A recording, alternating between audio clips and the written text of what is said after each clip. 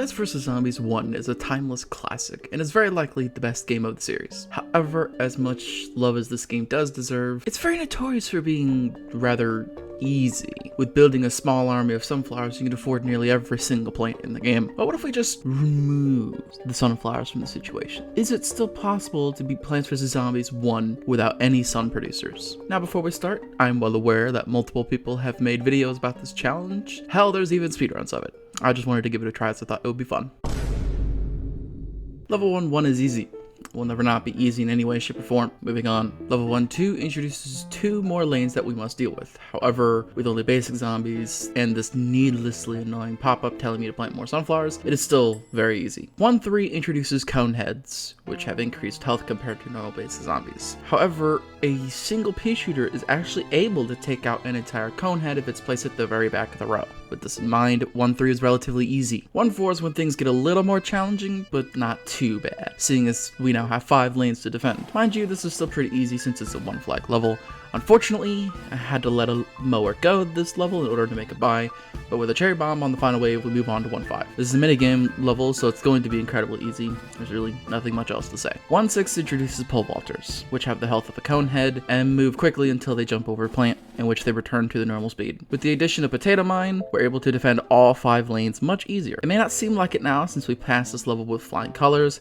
However, pole vaulters are going to be quite the annoying zombie throughout the entire challenge. 1-7 introduces 2 flag levels, Snow Pea, as well as introduces why potato mine is such an essential plant for us. It allows us to defend all 3 starting basic zombies with only 25 sun each, which leads us to having a lot more sun to start off the game. This level, I had some absolutely wild luck having pole vaulters appear in the 4th lane for a majority of the level. Snow Pea is basically a hard counter against pole vaulters. However, since Snow Pea is somewhat expensive, we won't be really using it much at all. 1-8 is here, and bucket heads are on the horizon. They aren't much different from cone heads, but they just have so much more health. Nothing a potato mine can't deal with though. This is another easy 1 flag level, so moving on. 1-9 gives us every zombie we've seen thus far, as well as Repeater. As strong as Repeater is, we can't really use it all that well due to the price of it. It's more beneficial to have that extra sun to spend on instants rather than repeaters. As you can see here, we simply can't get enough sun to get the last few repeaters up and running,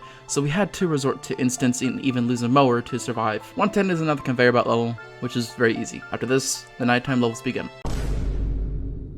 Now some people might be wondering, how in the world will we survive nighttime? Sun no longer falls from the skies, so how will you build a proper defense? And I appreciate your concerns, but I would like to direct your attention to this plant right here. During the night levels, we are only able to spam Puff Shroom. And dear God, I didn't believe it until now that Puff Shroom is the best plant in PvZ1. Even better than Doom Shroom, until now. When I say that Puff Shroom completely shredded every single nighttime level, I mean it shredded every single nighttime level. No amount of anything the zombies could possibly send could even get close to beating the Puff Shroom. Screen door, newspaper, football, dancing zombies, nope. Puff Shroom wiped the floor with every zombie. If a mower is lost, then just spam more Puff Shroom. Grave ambush? Nah, Puff Shroom has it handled.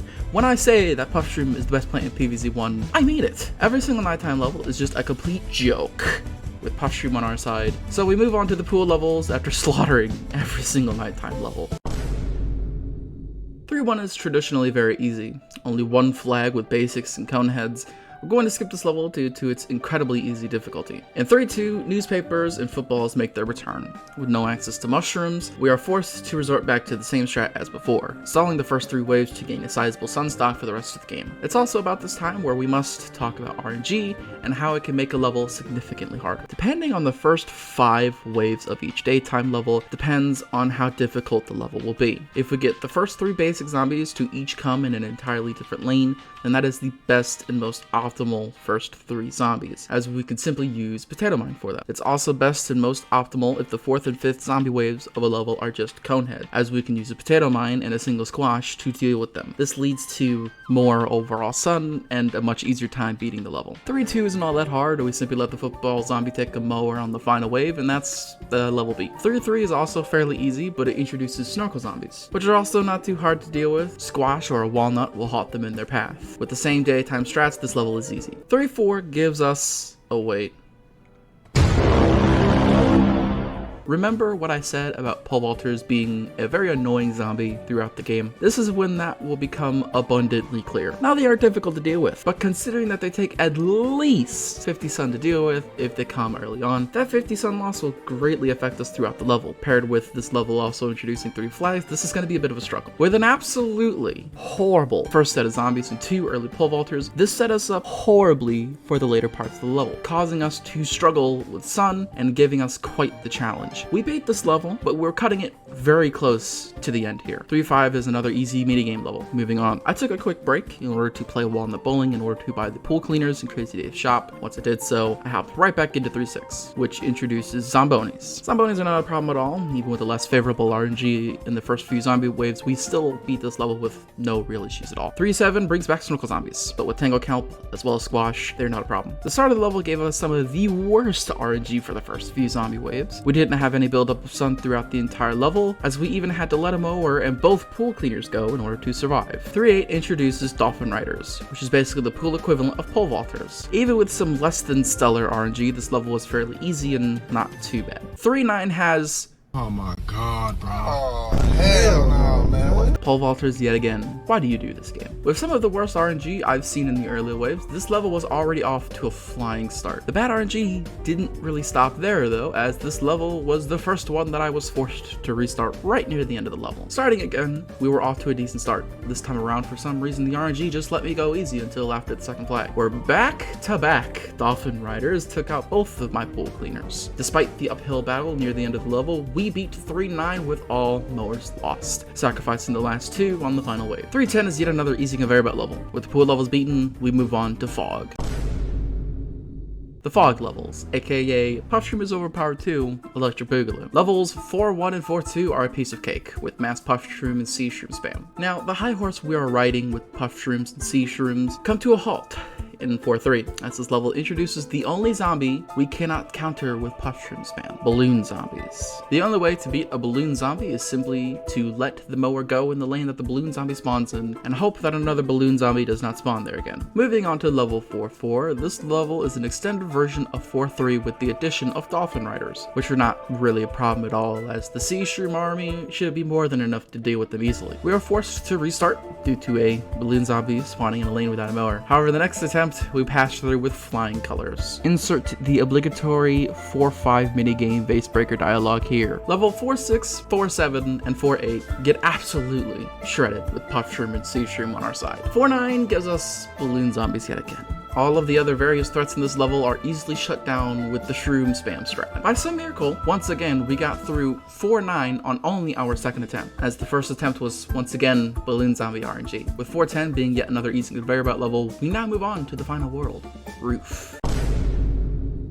5-1 is another easy 1 flag level. The only real problem with this level is that we must have some sort of flower pots in order to have room for our instants as well as the cabbage pulse. However, with the level handily beaten, we move on. 5-2. Hey, yo, Molly, get your number. Despite the amazing RNG start we had and the large number of pole vaulters, this level was kind of easy. With some smart use of instants, we beat the level quite quickly. With a break to get some money via the puzzle levels for some roof cleaners, we finally have a last defensive line for the roof. Level 5-3 gives us the ladder zombie. Basically have no use here since we don't use wall plants at all. Yet another easy level for us. 5-4 is where the challenge we're doing will hit its breaking point, as we now have access to Coffee Bean, which in turn gives us access to all mushroom plants during the daytime, which we will abuse to the highest degree. The strat for the rest of the game is very simple, with the Gloom Shroom in the 2nd and 4th rows, with Magnet Shrooms being an optional inclusion, and watch the Gloom Shrooms shred everything. The only thing we must do is be mindful of cone heads, spending an instant on them if they are in the same row as a Gloom Shroom, and that's it. As long as we have our roof cleaners, every single final wave of every level and basically every remaining level will be a piece of cake with this tragedy. 5-5 is an easy minigame. Moving on. 5-6 introduces catapult zombies. However, with some smart use of our instants and chump blocking the flower pot in the back, the level is easy. However, I must show off this absolutely fine display of RNG from the game. game. 5-7 is yet again incredibly easy, as Gloomshroom is simply too overpowered. 5-8 introduces Gargantuars. However, with only 2 Gargantuars being sent in the entire level, it's quite easy until this happened. This forced us to be on the defensive of our missing roof cleaner for the rest of the level. 5-9 had some tricks up its sleeve, as a Jack-in-the-Box decided to take out one of our Gloomshrooms, once again forcing us to be on the defensive for the rest of the level. By the absolute skin of our teeth,